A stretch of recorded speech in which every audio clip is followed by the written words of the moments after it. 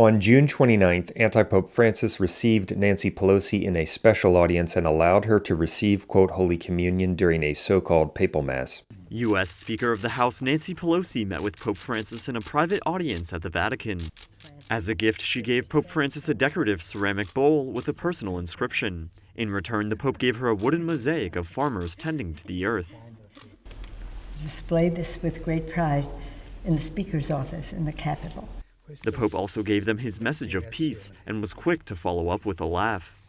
Che ho firmato oggi per lei. That he signed personally for you. Ah, wow. Wow.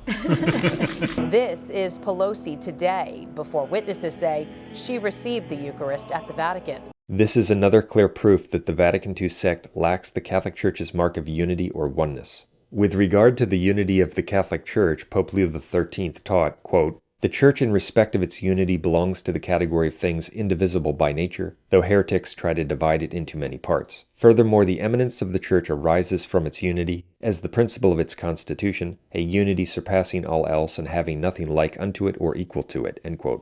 You can't make that statement about the Vatican II sect of Anti-Pope Francis precisely because it's not the Catholic Church. It's the prophesied end-times counter-church, the Whore of Babylon. However, you can make that statement about the remnant of the true Catholic Church in our day. This incident also demonstrates that Anti-Pope Francis endorses abortion. Heresy can be manifested by deed and omission, as well as by word.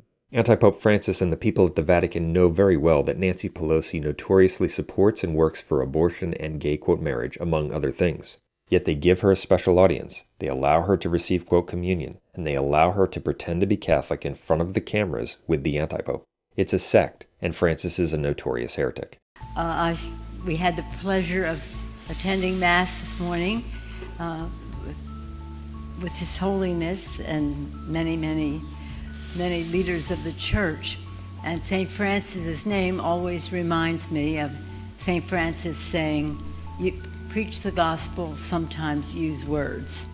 Here's a relevant quote from a true Catholic pope, Pope St. Gregory VII, by way of contrast to the wickedness and apostasy of Anti-Pope Francis. Pope St. Gregory VII, who died in 1085, excommunicated and barred many people from Holy Communion. For example, he deposed from office Bishop Roger III for sins and disobedience which, although serious, were not nearly as bad as Pelosi's sins and heresies.